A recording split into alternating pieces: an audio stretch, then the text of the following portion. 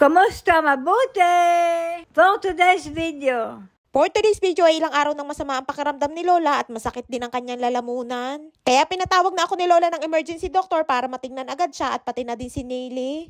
Dahil kung mismong doktor ni Lola ang tatawagan ay baka kinabukasan pa ito dumating. Ay ang kulay pula na yan ang pipindutin, magre-ring yan at may sasagot. At dahil hindi naman urgent ang nararamdaman ni Lola ay naghintay kami ng halos 1 oras bago dumating ang doktor. Napakaganda nga niya na mayroon sa bahay na kahit anong oras ay pwedeng tawagan, na agad ay re-responde sa kung ano ang kailangan. At kung kailangan dalhin sa ospital ay may darating agad na ambulansya. Ayan nga yung doktor na titingin kay Lola at pati na din kay Neely dahil inuubo na nga ito at pati si Lola ay medyo naubo na din. Nagkahawaan na nga siguro si Lola at si Neely dahil si Neely ay lagi ding nakatambay sa kwarto ni Lola. Mayroon naman akong binili na gamot para kay Lola at Neely. Ang kaso si Lola ay kung kailan lamang maisipan ay saka umiinom. Isa din sa kagandahan sa emergency doctor, lahat ng physical exam ay ginagawa sa pasyente. Unang ang tiningnan ay si Lola dahil para talaga sa kanya yung emergency button na yon. Hindi lahat ng mga matatanda dito sa Israel ay mayroong emergency button sa bahay dahil sa pagkakaalam ko ay binabayadan din yun ni Lola monthly.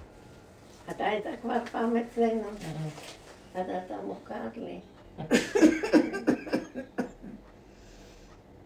Ay nga't inubo na si Nilush at si Lola naman kaya pala titig na titig dun sa doktor ay minumukhaan. Dahil akala niya ay nakapunta na dito sa bahay dati yung doktor. Kaya naman napailing yung doktor at ito pa lamang yung unang beses na nakapunta siya dito sa bahay para tingnan si Lola.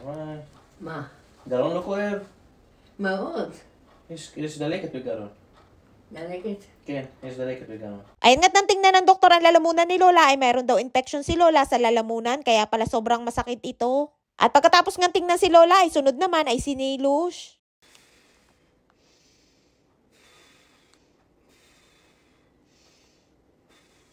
Ay nga't natatawa pa ako dyan kay Neely at kainaman ako makabuga ng hangin ay todo effort sa pag-exhale. Tiningnan nga din dyan ang lalamunan ni Neely at medyo namumula lang daw, hindi katulad nung kay Lola na talagang mayroong infeksyon na. Pagkatapos nga tingnan ng doktor si Lola at si Neely ay gumawa agad ito ng reseta ng mga gamot. Ay nga't gusto pa makaisyoso ni Lola kaya naman nagpabangon pa ito sa akin at nagpasama dyan sa salas. Niresetahan ng doktor si Lola at si Neely ng gamot sa ubo na syrup at pati na rin ng antibiotic. Pagkaalis ng doktor ay nasikaso ko lamang si Lola at si Neely at umalis na din ako para kumuha ng mga gamot ni Lola at Neely sa butika.